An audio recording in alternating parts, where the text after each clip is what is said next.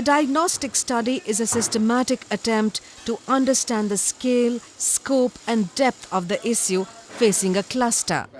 Detailed interactions with different cluster members can often reveal various dimensions of the problem and also possible ways of solving them.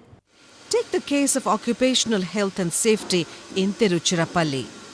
The diagnostic study revealed that employees felt that accidents on the shop floor were inevitable, that nothing could be done to prevent them. ஆரம்பத்துலலாம் அந்த தொழிலில் வந்து maximum விபத்துகள் நிறைய ஏற்படும். கையிலையோ காலில் மண்டையில் இது மாதிரி விபத்துகள் நிறைய ஏற்படும். Clearly, employees needed a training program. But who could help conduct it? And where would the resources come from? The diagnostic study revealed that customers of these MSMEs or large corporations like BHEL and Suzlon were keen to improve the health and safety conditions of the smaller units. We have about 350 industries working with us for the last 40 years. And the industries which have grown with us, we have a duty to help them to do all the functions like we are doing here. We have helped them to get ISO 9001 certification so that whatever quality products they make, it is as good as BHL quality. And whatever systems we have, we wanted them also get the benefit of it. So we have been implementing HSE system in BHL for the last 7 years. We wanted to share these concepts and practices so that they also become accident free, they also become people oriented companies. For our own employees, we have very strict measures of health and safety, all legal compliance. But when some material comes from outside, we wanted to be sure that it is produced by standards which even in international markets should be respectable. Surely BHEL and Suzlon could help in implementing a training program on occupational health and safety. Locating such possibilities is an important component of the diagnostic study. The diagnostic study of a cluster helps us to understand the criticality of each of the problems that the cluster faces in terms of its scope as well as depth. This we do by mapping the entire value chain and also looking at the problems that the community around the cluster faces. The diagnostic study, through a structured scheduled interviews with community stakeholders, helps us to analyze these aspects much better and also therefore come up with a detailed strategy of how to execute the project. The strategy also helps us to identify the key stakeholders, both individuals as well as institutions, that need to be involved to carry out the work. And once the diagnostic study is over, the next critical phase begins: trust building.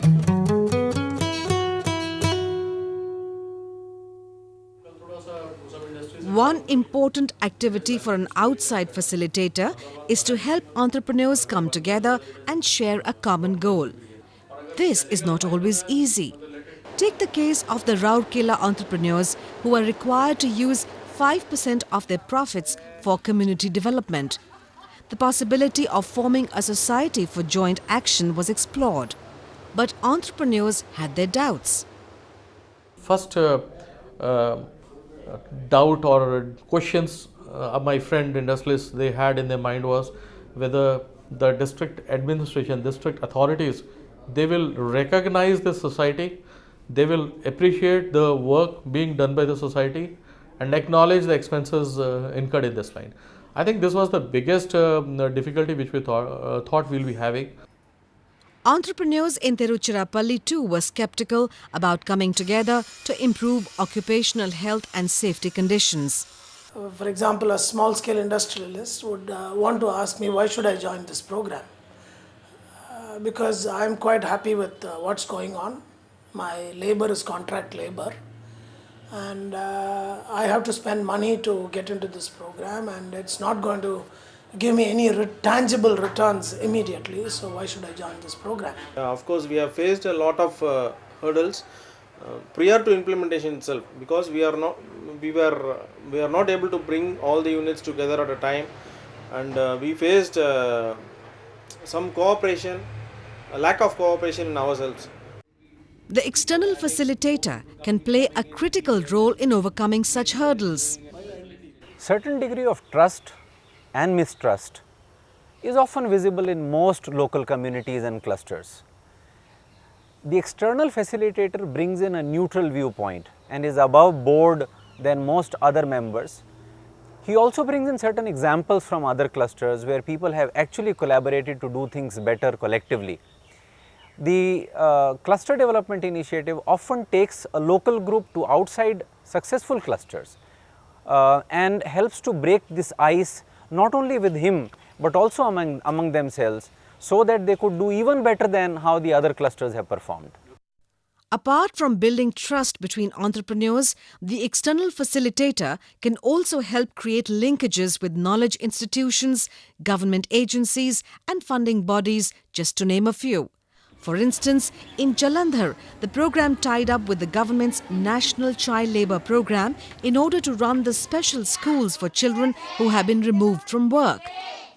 And in Tiruchirappalli, UNIDO was able to involve BHEL and Suzlon in the implementation and funding of training programs for MSME employees.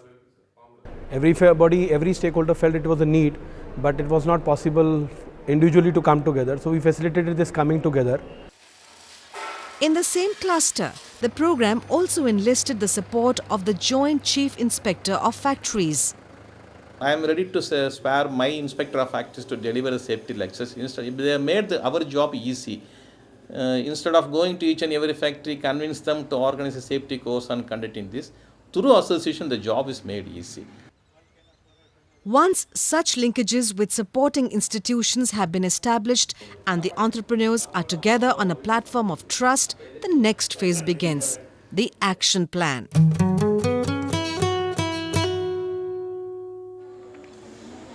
Jalandhar. This is one of the functioning tuition centers. Let's say that the program now wants to start 20 more centers. A large number of questions will now have to be answered. What will be the costs involved? Which neighborhoods will be chosen? Are there schools or religious institutions that can provide the space for the centers? Are there any supporting institutions who can take on the various responsibilities? What will be the time frame? And so on. Answers to all such questions have to be worked out and put on paper. This will be the blueprint for implementation, the action plan. People often make the mistake of not writing down a detailed action plan, believing that the degree of mutual trust which may have been built up by looking at other successful examples will do the trick, or the motivation that people have now got will actually do the trick. But without a detailed action plan, neither the feasibility of that particular work which they want to do together is very clear, nor the roles and responsibilities are very clear. And therefore, a detailed action plan with the timeline and roles, responsibilities and resources required is very critical.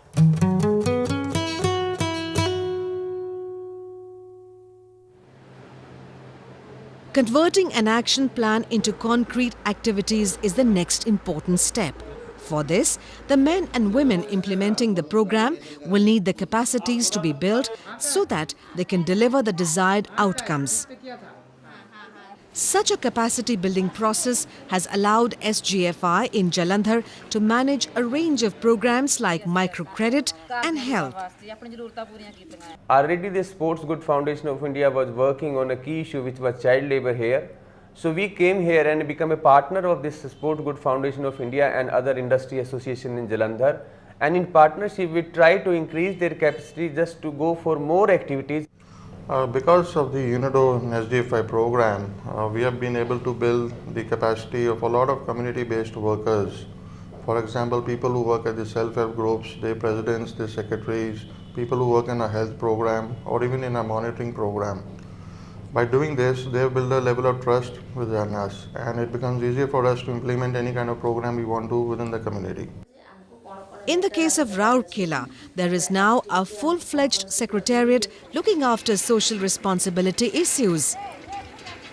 Now at LBI PDS we have a complete administrative setup who is taking care of all the things. We got a project manager who is coordinating everything. Then we have separate wings. We got a wing to take care of all the medical services. We got a wing to take care of all the infrastructure development requirements of the periphery. Implementing such social responsibility programs will invariably involve a number of institutions, and this will require considerable coordination. As far as health program is concerned, our society by and large plans and implements the program, but in case of the infrastructure building program, the block administration plays an important role. They finalize the list of projects to be undertaken and the place where it will be undertaken and the budget. Afterwards, the society by the help of its infrastructure building team plans and hires the contractor and implements the program. जो medical जो team है अपना periphery society का, वो team को हम लोग पूरा कोऑपरेट करते हैं। पूरा मंथ का हम लोग लिस्ट बनाते हैं। लिस्ट जो भी पंचायत है, जितना भी हम लोग का पंचायत इधर 10 पंचायत है, प्रत्येक पंचायत में जाते हैं, वार्ड मेंबर सरपंच के साथ मिल के उनका गांव में जिस एरिया में मलेरिया ज़्यादा है, जिस एरिया में हैजा है, इस एरिया का लिस्ट एक बना के मंथली का रिपोर्ट हम लोग बना के सोसाइटी को देते हैं। सोसाइटी उसी हिसाब से अपना टीम भेजते हैं। Implementation may not always be smooth. There will be challenges. ये एक मल्टी स्टेक होल्डर प्रोजेक्ट है। इसमें बहुत सारे स्टेक होल्डर्स हैं। जैसे हमारा जहाँ पे प्रोग्राम इम्प्लीमेंट होता है वहाँ जो प्राइमरी स्टेक होल्डर हैं, ग्रास रूट लेवल के पब्लिक, और हमारा गवर्नमेंट का भी यहाँ पे रिप्रेजेंटेटिव हैं, और हमारा यहाँ स्टाफ हैं, और हमारा जो फंड जो देते हैं जहाँ से आती है, जैसे स्पॉन्ज आयरन यूनिट्स के ओनर्स, हमारा प्रेसिडेंट, सेक्रेटरी, ये चार सेक्शन से हमारा ये जो स्टेक होल्डर लोग हैं। तो इन सबको एक प्लेटफॉर्म में लाना और कोई प्रोग्राम को प्लान करके इम्प्लीमेंट करने में बहुत समय लग जाता है।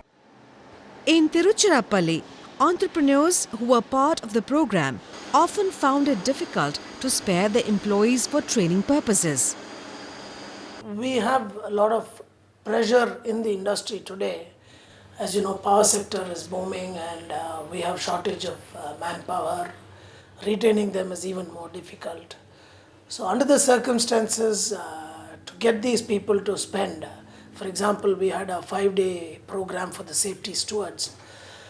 It really took a lot of effort on the part of the industry itself.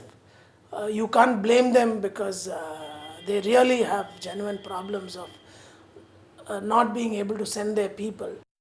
Sometimes it may happen that the local community is dissatisfied about the implementation. It happened, for instance, in Rourkela.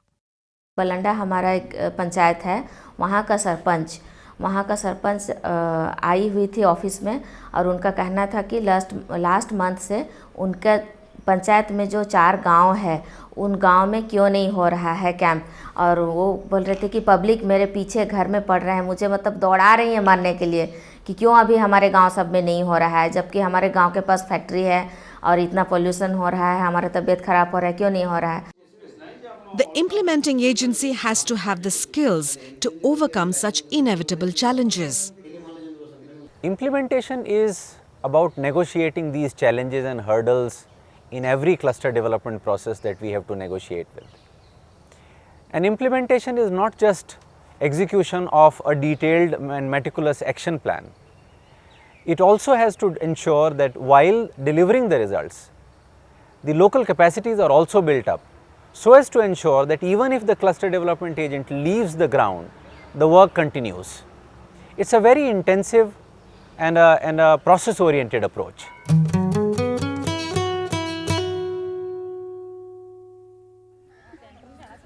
In the course of implementation, several questions need to be asked all the time.